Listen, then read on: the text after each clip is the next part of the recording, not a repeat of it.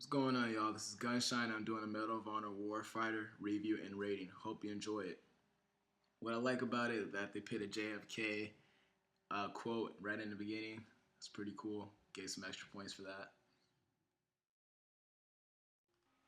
I'm a big fan of Medal of Honor. I have been playing the game since 1999 when the first game was issued out on the PS1. If I'm correct, I think it was like November 11th it came out. It was by the DreamWorks Interactive, and the story filmmaker Steven Spielberg is part of it, so it's pretty big when Medal of Honor first came out. And also, I'm a big fan of Medal of Honor Frontline. The game came out in 2002. It was for the GameCube, and I really enjoyed it. It's for the Xbox and PS2, of course, but I played it for the GameCube. As you can see, I played a lot of games for the GameCube. I was a big GameCube fan. I might say some things that I might bash the game up, but I'm not gonna lie. Like I said before, I wasn't really fond of this game. I feel like Medal of Honor, they could have started somewhere where it's really quite interesting as a gameplay. I guess they try to make it seem a little cool with a whole bunch of scenarios and cool phrases, but really what it comes down to is they should have really worked on the gameplay more. Lena. I would say, as you're watching right now, the graphics are amazing. They stepped the game up with the graphics part. I kind of hate talking about other games in a review I'm doing. It makes me seem unprofessional, but this is the gaming community, so hey, I can do whatever I want as long as it's talking about games, right? But Halo 4, I'm playing it right now, and the game is awesome, just to let you know, so get ready for the walkthrough of that game. But man, the graphics are awesome on Halo 4, and just as good as the graphics are on Halo 4, this game is doing quite good with the graphics. It looks realistic. At one point, I was like, man, is this real? And, you had to look at it a little closer and realize, okay, it's animated and all that. It's just really good. They put the details and graphics in it. It kind of reminded me of the movie Safe House when he was talking to his wife or girlfriend or whatever. The storyline, they actually have a bit of a storyline in this game, so I put some extra points in there for that. This is a sequel, so you are playing as Preacher in the beginning, as you saw as the credits rolled in. Let's talk about some of the gameplay. The breaching indoors kind of remind me of if you ever played Rainbow Six Las Vegas, which was a very good game. But you can be able to customize how you want to breach the door. You can have a tomahawk, so if you go inside, you can throw a tomahawk at somebody and kill them with it. It's pretty cool how they have the features in the game. But one thing I gotta say about it, what kind of made me mad and was just unrealistic threw off the game as being realistic, was that one time I breached the door in. So there's four total guys, including me, on my team, and there's 4 guys in the room. And I breached the door and ran inside. I killed about 3 of them and didn't notice the 4th one. And the 4th one somehow killed me. So I'm wondering, where's my teammates at? There's 3 other guys in the room on my side, and I'm the only guy shooting all of them. So they need to definitely work on that more. It doesn't make any sense if I'm the only guy killing everybody. So work on that a little bit more. The sniper rifle was pretty accurate. At one point, I was shooting it directly through the on sight, and I wasn't shooting nobody. I was wondering why.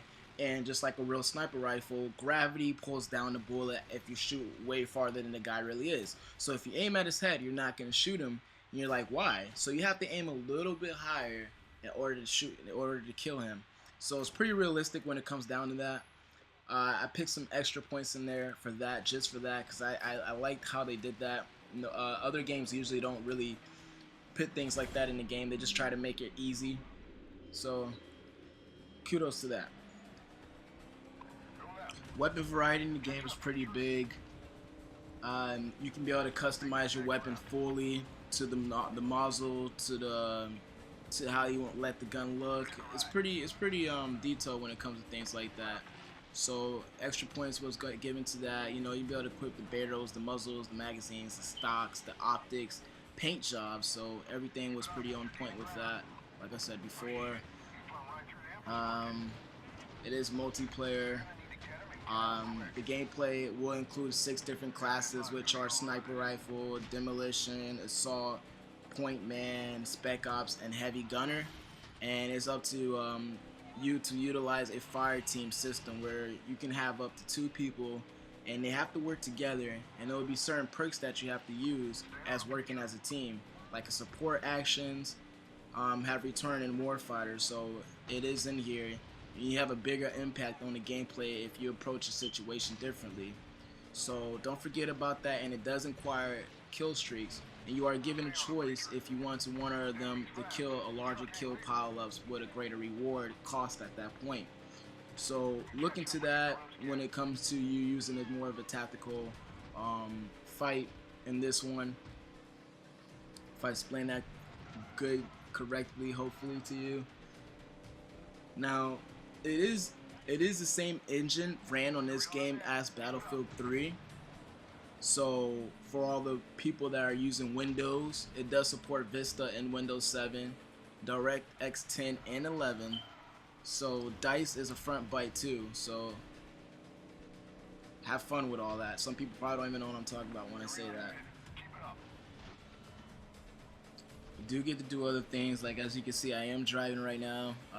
So the game is fun, don't get me wrong, the game is very playable. It's a good game. I would say to get the game, you don't have to get it right away. If you do want to get online for the line purposes or to play with a friend, I would say I guess get it right away. But other than that, personally I would hold off on this game. You know, save your money for Halo 4, Black Ops 2, go buy Battlefield 3. But this game, I would just say hold off on it. If you really want to know the rating I gave it, I'll say I gave it a 7.6. I'm sorry if you don't agree with me. Do not dislike my video for me giving a rating that you do not agree on. I understand why people do that when this is a review and rating. If you don't like my reviews, please comment on the bottom and tell me why you like the game, and I will be happy to have a friendly argument with you, and I might just do another review and change that or something. But don't just dislike the video just because you didn't agree for something and you didn't write anything at all supporting your disliking the video, of you disliking the video. But here's a couple of game references that I think you should play that is not from this franchise at all. Tom Clancy Rainbow Six Vegas 2. It's a good game. I would say play it with a friend. Don't get me wrong, the game is not a perfect 9 or a 10. They have a couple of things to work on, but it was definitely a good game. I would say play it with a friend, like old school days. You know, a friend of mine used to come over back in the late 90s, and we used to play Tom Clancy Rainbow Six for the Nintendo 64. It would be late at night, and me and my friend are just there playing the game all night. It's a fun experience. Also, another game is Ghost Recon Future Soldier. I will be doing a review and rating on that soon. But, and Battlefield 3. If you're up to the shooting games, that's it for you besides Black Ops. I hope you enjoyed this review and rating. This is Gunshine signing out. See you next time. Don't forget to subscribe and like the videos.